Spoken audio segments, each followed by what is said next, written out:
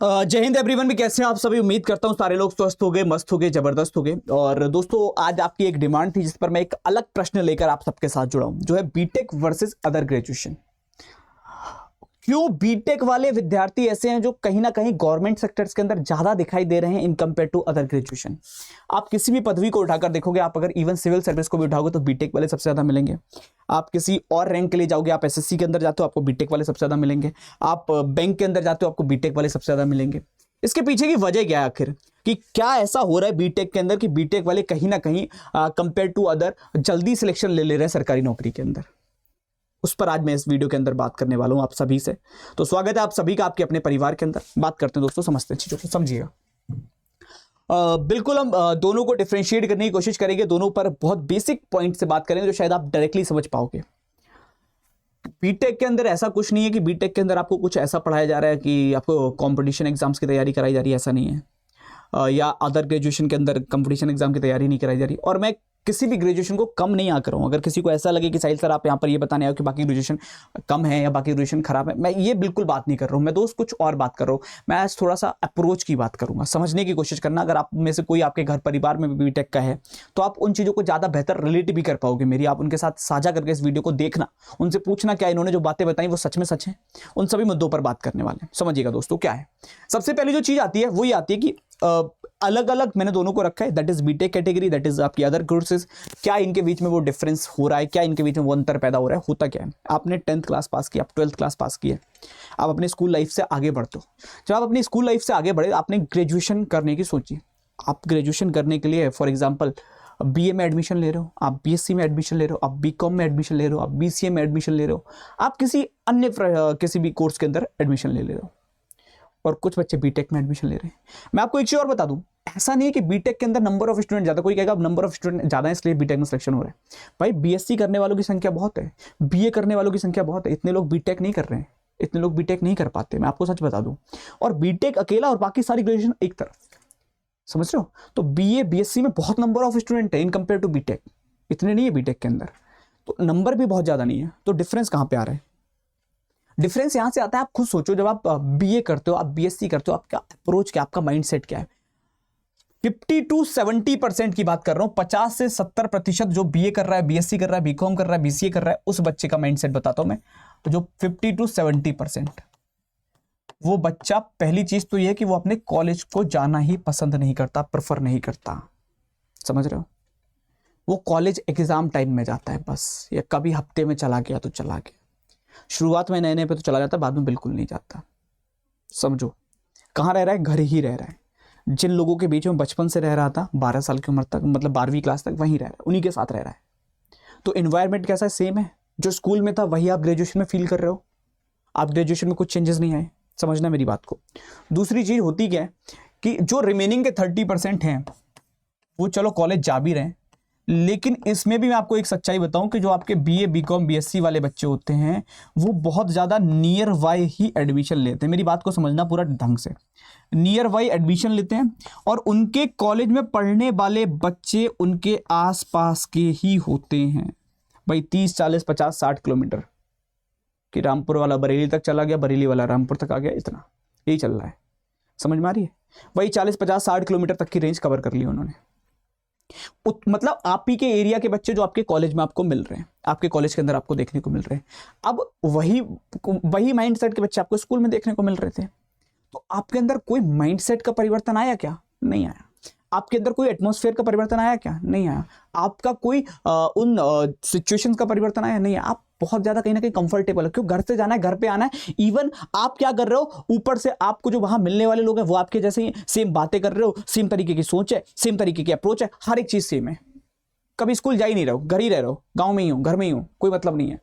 ठीक है। वहीं जब आप बीटेक के अंदर एडमिशन लेते हो, समझना मेरी बात को, सबसे पहली चीज तो ये आती है कि बीटेक में बहुत कम लोग नियर बाई के होते हैं। और अगर नियर बाई के बच्चे हैं, आसपास के बच्चे हैं, कोई गाजियाबाद में पढ़ रहा है, कोई बरेली में पढ़ रहा है, कहीं पढ़ रहा है बीटेक के अंदर, तो बीटेक में अगर नियर बाई के बच्चे हैं तो कहीं ना कहीं डिस्टेंस वाले बच्चे भी आपको देखने को मिलते हैं, अदर डिस्ट्रिक्ट्स के भी बच्चे आपको देखने को मिलते हैं। यूपी के बहुत से कॉलेजेस के अंदर दिल्ली के बच्चे हैं। अलग अलग माइंडसेट, अलग अलग एरियाज के बच्चे, अलग अलग टाइप के बच्चे। अब पहली चीज तो ये। दूसरी चीज, इससे क्या हुआ, इससे आपको अलग अलग तरीके के लोगों से मिलना हुआ। जब अलग अलग तरीके के लोगों से मिलना हुआ तो हो सकता है किसी के अंदर एक क्वालिटी हो, किसी के अंदर दूसरी क्वालिटी हो, किसी के अंदर तीसरी क्वालिटी हो। तो जब आप ऐसे 30 लोगों से मिले तो आपको 30 नई क्वालिटियां समझ में आई कि अच्छा बोला यार ऐसे जाता है, अच्छा चलने का ये तरीका होता है, अच्छा बात करने का ये तरीका होता है, अच्छा जवाब ऐसे देना चाहिए। वहां आपने क्या किया, अपने आप को इवॉल्व कर रहे हो उनकी संगत में रह के, समझो चीजों को, बदल रहे हो खुद को, ठीक है। दूसरी चीज, बीटेक के अंदर थोड़ा सा कहीं ना कहीं एक प्रथा चलती थी, मैं उसका फेवर नहीं कर रहा, रैगिंग, मैं फेवर नहीं कर रहा हूं, लेकिन बता रहा हूं रैगिंग बनी क्यों थी। रैगिंग थी कि किसी भी बच्चे को खोलने के लिए, कोई बच्चा जिसके अंदर बहुत टैलेंट है लेकिन वो झिझक में है, वो घर परिवार में भी वैसा ही रहा, दबा दबा सा रहा, वो किसी के सामने आके खुल के बोल नहीं पा रहा, किसी स्टेज पे आके नहीं बात कर पा रहा, पैर कांप रहे हैं उसके, तो रैगिंग बनाई गई थी कि उस बच्चे को खोलने के लिए। वो कहीं भी सीनियर्स कहते थे चलो नाचो, चलो गाना गा के दिखाओ। तो जो पॉजिटिव क्वालिटीज़ हैं उसकी, वो बीटेक में चलती हैं और वो कहीं ना कहीं बहुत ज़्यादा हेल्पफुल रहती है। मैं रैगिंग की यहाँ पे रैगिंग को प्रमोट नहीं कर रहा हूँ, मैं बोल रहा हूँ कि जनरल इंट्रोडक्शन है अपने सीनियर्स के साथ, कैसे उनसे बात करनी है, कैसे अपने जूनियर से बिहेव करना है, कैसे अपने सीनियर्स के साथ बिहेव करना है, और कहीं ना कहीं कैसे अपने बैचेस के साथ बिहेव करना है। ये सब बीटेक बहुत अच्छे से सिखाता है, बहुत अच्छे से। आप अपने सीनियर से बात करने की आपको एक तरीका आ जाता है, आपको अपने जूनियर्स को जवाब देने का एक तरीका आ जाता है, आपको अपने बैचेस से बात करने का एक तरीका आ जाता है कि कहाँ पे कौन से शब्दों का प्रयोग करना है। बीटेक बहुत अच्छा सिखाता है, ठीक है। तो उससे क्या हुआ, आपका माइंडसेट का कहीं ना कहीं बहुत बड़ा एक गेम चेंज होता है बीटेक के अंदर, समझते चलना। अब माइंडसेट का गेम चेंज हो गया, खासतौर पे जो लोग हॉस्टल में जाके रहते हैं वो तो और ज्यादा फिर उन सिचुएशंस को देखते हैं। एंड बीटेक के अंदर जितने असाइनमेंट, जितने प्रोजेक्ट, जितने पेपर, जितने यूटी, जितने सेमेस्टर एग्जाम होते हैं, शायद ही किसी ग्रेजुएशन में होते हो। उसका बेनिफिट ये मिलता है कि इतनी ज़्यादा सिचुएशंस को आप देख लेते हो, कभी बहुत अच्छे से तैयार हो, कभी नहीं तैयार हो, कभी माइंड अच्छा है, कभी नहीं अच्छा है। तो मतलब हर एक परेशानी में आपको अपने आप को इवॉल्व करना, मतलब रखना आ जाता है। हर एक परेशानी से कैसे निकलना है वो आ जाता है। पैसे नहीं है तो कैसे सर्वाइव करना है, पैसे हैं तो कैसे डील करना है, चार लोगों के बीच में बैठ के कैसे चलना है। माइंडसेट का बहुत बड़ा गेम है दोस्त, किसी भी जॉब को पाने के लिए माइंडसेट बहुत बड़ा गेम है। बीटेक एक ऐसी प्रोसेस है दोस्त जो आपको कुछ और सिखाती हो या ना सिखाती हो, लेकिन कहीं ना कहीं ये सिखा देती है कि एक्चुअल में आपका टैलेंट क्या है। आपके टैलेंट को पहचानने में बहुत मदद करती है। जो लोग बीटेक किए होंगे वो कहीं ना कहीं इस बात से सहमत होंगे, है ना। मैं अगर अपनी बात करूं तो मैंने भी बीटेक किया था और मैंने भी अपना जो पढ़ाने का टैलेंट है वो बीटेक में ही पहचाना। जब एग्जाम्स हुआ करते तो मैं दिन में पढ़ता था और रात को अपने बैचमेट्स को सबको पढ़ाता था, तो मुझे लगा मुझे इसमें मज़ा आने लगा। आफ्टर दैट मैं रियलाइज़ किया यार ये मेरे लिए बहुत अच्छी चीज़ है। तो कहीं ना कहीं वो मैं भी फील किया हूँ। और आप में से भी कई जो अपने बीटेक्स वगैरह कर रहे होंगे, आपने देखा होगा बहुत से क्रिकेटर बीटेक वाले हैं, बहुत से एक्टर बीटेक वाले हैं।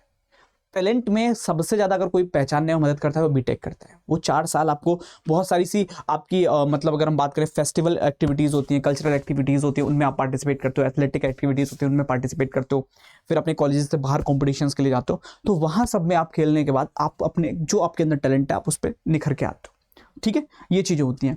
तो अब जैसे आप देखते होंगे सिविल सर्विस के अंदर मैं बोल रहा था सबसे बड़े एग्जांपल्स हैं बीटेक वाले, एसएससी के अंदर, बैंक के अंदर। उसका भी एक रीज़न है, उन लोगों की जो प्रोसेस होती है ना, थिंकिंग प्रोसेस जो होती है एंड पढ़ने की जो प्रोसेस होती है, समझ रहे हो, वो सबसे ज़्यादा बेहतर हो जाती है। क्योंकि इतने एग्जाम देने होते हैं इनको, इतने एग्जाम देने होते हैं, अगर ये वो स्लो मोशन में पढ़ेंगे ना तो ये कई कई साल, महीने तो फिर ऐसे फिर ये कुछ कर ही नहीं पाएंगे। जबकि बीटेक वाला बच्चा सबसे ज़्यादा आराम करता है और सबसे ज़्यादा पढ़ाई कर लेता है। कैसे, वो लास्ट टाइम में कैसे पढ़ के कैसे उसको क्रैक्स आते हैं सारे के सारे, कि इस चीज़ को कैसे मैं मतलब कम टाइम में ज़्यादा कर सकता हूँ, आउटपुट दे सकता हूँ। तो वो सारी चीज़ें उसको बीटेक में सीखने को मिलती हैं। पहले जो फर्स्ट ईयर में जाता है बच्चा, फर्स्ट सेम में एक अलग माइंडसेट का होता है, लेकिन जब वो सेकंड ईयर में पहुंचता है, थर्ड सेमेस्टर के अंदर, उसका माइंडसेट टोटली चेंज हो चुका होता है। तो वो सारी चीज़ें जो सीखने को मिलती हैं वो हैक्स मिलते हैं, तो वो कहीं ना कहीं बेनिफिशियल्स होते हैं। बाकी मैं फिर से वही चीज़ रिपीट करूंगा दोस्त, मेरा ये बिल्कुल कहने का मतलब नहीं है कि बाकी ग्रेजुएट ऐसा नहीं कर सकते। मैं सिर्फ कहना चाह रहा हूँ कि अगर आप बीटेक वाले हैं तो आपके पास क्या है ये शायद आप अभी अगर नहीं पहचान रहे तो गलती कर रहे हैं। बहुत बड़ी चीज़ें होती हैं, है ना। चलेगा, तो यही बस एक छोटी सी जानकारी मुझे आपको देनी थी, यही जो चीज़ें थी वो थोड़ी सी आपको बतानी थी। जो लोगों ने किया होगा बीटेक वो कहीं ना कहीं रिलेट कर पा रहे हो तो मुझे कमेंट करके जरूर बताना दोस्त इस चीज़ के अंदर। बाकी मैं आपको बता दूं, चाहे वो आप सिविल इंजीनियर हो, चाहे आप कंप्यूटर साइंस हो, चाहे वो आप आईटी इंजीनियर हो, चाहे केमिकल इंजीनियर हो, एरोनॉटिकल इंजीनियर हो, मैकेनिकल हो, इलेक्ट्रिकल हो, इलेक्ट्रॉनिक्स हो, कोई भी हो, आपने कोई भी इंजीनियरिंग की हो, आप सभी के लिए वो चीज़ें रहती हैं। और अभी आप सबको पता होगा आप सभी के लिए एक अपॉर्चुनिटी भी बनकर आ चुकी है। ATC है ना, एयर ट्रैफिक कंट्रोल वाली जो आपकी आई है, एयरपोर्ट अथॉरिटी ऑफ इंडिया के अंदर वैकेंसीज आई हैं, 500 पद हैं। अगर आप लोग चाहते हैं आप लोग अप्लाई कर सकते हैं इसके अंदर, अभी फॉर्म फिलिंग जारी है आपकी, तो आप इसमें फॉर्म भी फिल कर सकते हैं और अपनी प्रिपरेशन को जारी शुरू कर सकते हैं। 500 पद इसके अंदर आ चुके हैं दोस्तों। कोई भी इंजीनियरिंग आपने कर रखी हो, आप सभी के लिए वैकेंसी है, ठीक है। 27 साल तक की एज इसमें दी है मैक्सिमम, तो आप अभी जाके फॉर्म फिल कर दें अगर आप में से किसी को भी फिल करना है तो। और अगर आप उसकी प्रिपरेशन करना चाह रहे हैं, इसमें वैसे मैं आपको बता दूं कि आपका पार्ट 1 पार्ट 2 2 पार्ट्स में पेपर होने वाला है ना, जिसमें आपकी general awareness, reasoning, mathematics general देखने को मिलेगी, और टेक्निकली भी आपका 12th क्लास की फिजिक्स और मैथ्स देखने को मिलेगी, बस कुछ और नहीं आ रहा। बहुत बेसिक पेपर होने वाला है और नेगेटिव मार्किंग है नहीं। उसके लिए कंप्लीट एक पैकेज भी आपका स्टार्ट किया एयरपोर्ट अथॉरिटी ऑफ इंडिया का, जो 27 अक्टूबर से स्टार्ट होना है आपका ये कंप्लीट बैच, जिसमें सारे विषय आपको मिल रहे हैं A to Z, part 1 part 2 दोनों के। और ये कंप्लीट पैकेज अगर आपको लेना है तो आप ये रेफरल कोड यूज़ कर सकते हैं फॉर डिस्काउंट, क्योंकि 13-14 हज़ार रुपये का बैच है। बट अगर आप Y274 यूज़ करते हैं तो आपको ये मात्र और मात्र 2561 रुपये के आसपास देखने को मिल जाएगा। कहाँ से करना है आपको इसको एनरोल बता देता हूँ मैं आपको। सिंपली आपको जाना है गूगल बाबा की शरण में, वहाँ जाके आप adda247 मतलब वहाँ पे आप जाकर adda247 सर्च करते हैं, वहाँ से adda247.com पर जब आप पहुँचते हैं तो ये अड्डा का होम पेज आता है। इस पर जाने के बाद आप ऑल कोर्सेज की कैटेगरी के अंदर चले जाते हैं। जब आप ऑल कोर्सेज पर जाते हैं तो गवर्नमेंट जॉब एग्जाम में आपको SSC पर जाना है। यहाँ से आपके पास AAI का एक बैच दिखेगा, ये एयरपोर्ट अथॉरिटी ऑफ इंडिया का कंप्लीट पैकेज है, जिसमें आपको सारी चीज़ें दिखाई दे रही होंगी। इसके लिए आपको सिंपली क्या करना है, देखिए 12,000 समथिंग का बैच है, आफ्टर डिस्काउंट 3,000 दिखा रहा है। आप वाई नाउ पर जाओ, एंटर कूपन कोड के अंदर कोड एंटर कर दो Y274। जब आप इसमें कोड लिखते हो Y274 Y274, अप्लाई पर आप क्लिक करते हैं। आफ्टर दैट अप्लाई पर जब क्लिक करते हैं तो मात्र ये 2500 रुपये के आसपास कंप्लीट पैकेज आपको देखने को मिल जाता है। तो ये 2561 रुपये में आप इसको इजीली इनरोल कर सकते हैं अगर आप में से किसी को भी एयरपोर्ट अथॉरिटी ऑफ इंडिया की प्रिपरेशन करनी है तो।